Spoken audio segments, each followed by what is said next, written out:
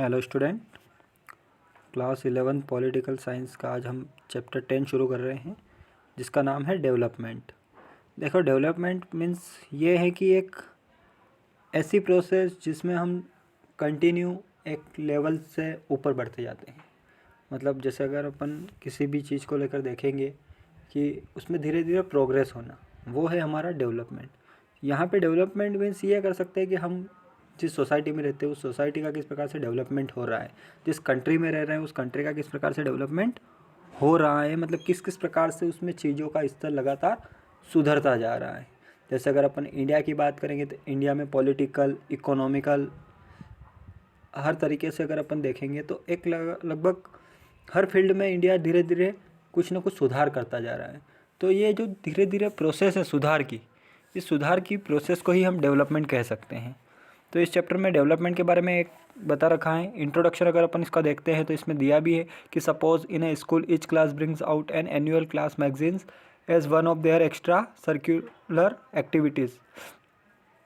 In one class, the teacher takes the last year's magazine as a model, makes a plan of what this year's magazine should contain in terms of topics, articles, poetry, etc. Means इन्होंने ये कहा है कि जैसे मान लो आप किसी school में पढ़ते हो, उसकी हर एक क्लास को ये बताया गया है कि वो अपना एक एनुअल क्लास मैगजीन मतलब बताए, आपको प्रमोट करे कि वो क्या क्या सुधार करना चाहते हैं या फिर उन्होंने अब तक क्या क्या अचीव करा है। तो उसी बेस पे अगर अपन उसकी पुरानी मैगजीन को लेकर अगर आप उसको देखोगे तो आप ये दोनों में कंपैरिजन कर सकते हैं। हम पहले किस लेवल तक पहुँचे थे, आगे हमने क्या क्या प्लान किए हैं, आगे हम कहाँ तक पहुँचना चाहते हैं।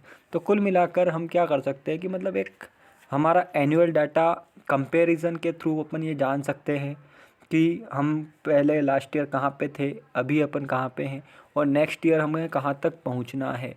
एक step by step upon development को फॉलो करते हैं जिससे उस क्लास का सुधार हो सकता है। वही चीज़ एक स्टेट के ऊपर, एक कंट्री के ऊपर भी अगर अपन लागू करते हैं तो वहाँ पे भी हमको इसी प्रकार से चीज़ें मिलती है कि हर एक कंट्री अपने लिए कुछ स्कीम्स, कुछ योजनाएं, कुछ प्री प्लान्स लेके आती हैं।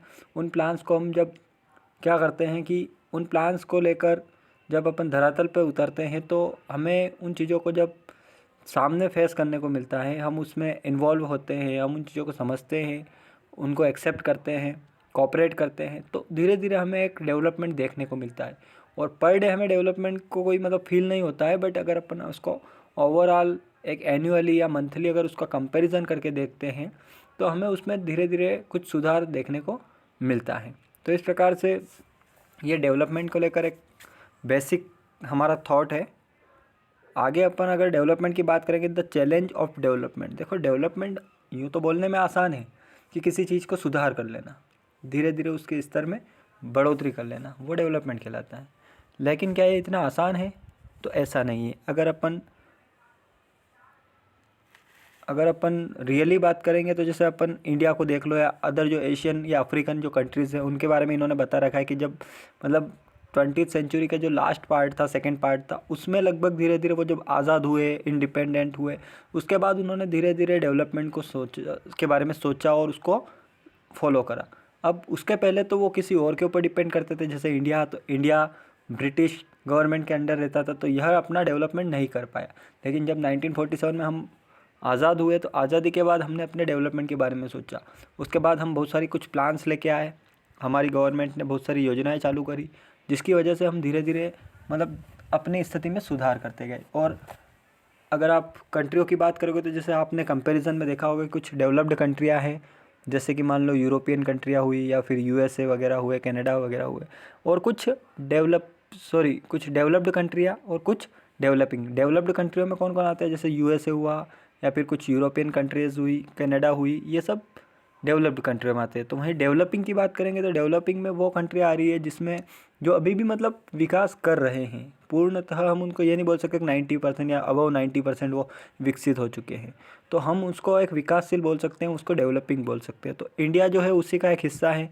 और एशिया और अफ्रीका के बहुत सारे ऐसे स्टेट हैं या बहुत सारे ऐसे कंट्रियाँ हैं जो उसका हिस्सा हैं। तो ये धीरे धीरे अपने प्रोसेस को, बेसिक चीज़ों को मतलब उसमें सुधार कर रहे हैं। जैसे मान लो बेसिक चीज़ों में वहाँ की जो पुअरिटी है, वहाँ पे जो अनएम्प्लॉयमेंट है, या वहाँ पे जो एजुकेशन है, या इस प्रकार की जो भी चीज़ें हैं, हेल्थ सर्विसेज हैं, तो इन सारी सर्विसेज में धीरे धीरे डेवलपमेंट हमें देखने को मिलता है। लेकिन ये एक बहुत बड़ी चुनौती है, क्योंकि हम जिस लॉस से गुजरे हैं, मतलब उस लॉस की भरपाई करने में हमको बहुत समय चाहिए, और वो समय धीरे धीरे आज जैसे टेक्नोलॉजी है, मॉडर्नाइजेशन है, ग्लोबलाइजेशन है, तो इन सारी चीज़ों के द्वारा हम एक दूसरे से जब कनेक्टेड हुए हैं तो हम धीरे धीरे उन चीज़ों को मतलब एक्सेप्ट कर रहे हैं, हम चीज़ों को उनको समझ रहे हैं, और धीरे धीरे हम उस बेस पे काम कर रहे हैं ताकि हम भी उन सबके साथ मतलब कदम से कदम मिला के चल सके।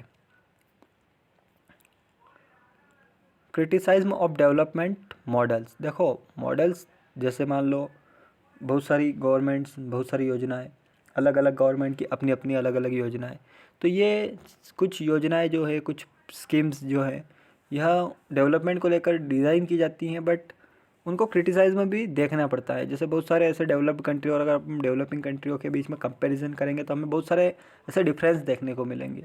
तो समय समय पे उन मॉडल्स को लेकर कुछ क्रिटिसाइज में भी हुए हैं। जैसे कुछ फाइनेंशियल कॉस्ट होते हैं कि कुछ ऐसी चीज़ें होती हैं जो डेवलपिंग कंट्रियाँ जो होती हैं वो डेवलप्ड कंट्रियों की तरह नहीं कर पाती कॉस्टली। जैसे अगर आप इंडिया का ही एग्जाम्पल देखें तो जैसे बुलेट ट्रेन, तो बुलेट ट्रेन का बजट ही इतना है कि इंडिया जो है उसके बेस पे अपन बहुत सारे दूसरे काम भी कर सकते थे। तो ऐसे बहुत सारे ऐसे ऑड इवन थिंकिंग्स हैं जो कि क्रिटिसाइज्म का एक रूप ले लेते हैं कि डेवलपमेंट जो मॉडल्स होते हैं उसमें आप कंपैरिजन के थ्रू उसको क्रिटिसाइज़ भी कर सकते हैं।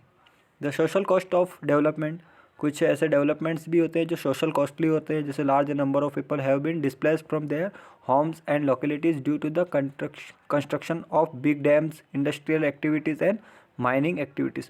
मतलब जैसे कहीं इंडस्ट्रिया हुई, कहीं डैम हुए, इन सारी चीज़ों की वजह से भी बहुत सारे लोगों को डिस्प्लेसमेंट मतलब अपनी जगह वो छोड़ना पड़ता है। जैसे कहीं नदी पे बांध बनाया गया, डैम बनाया गया, तो उसके आसपास के इलाकों को खाली कर दिया जाता है। कहीं कहीं पर कोई बड़ी फैक्ट्री है तो उस फैक्ट्री की वजह से क्या होता है कि आसपास के एरिया को खाली कर देना, क्योंकि वहाँ पे लोगों को रहना फिर मुश्किल हो जाता है। उस वहाँ का वातावरण, वहाँ का एटमॉस्फेयर सब ख़राब हो जाता है।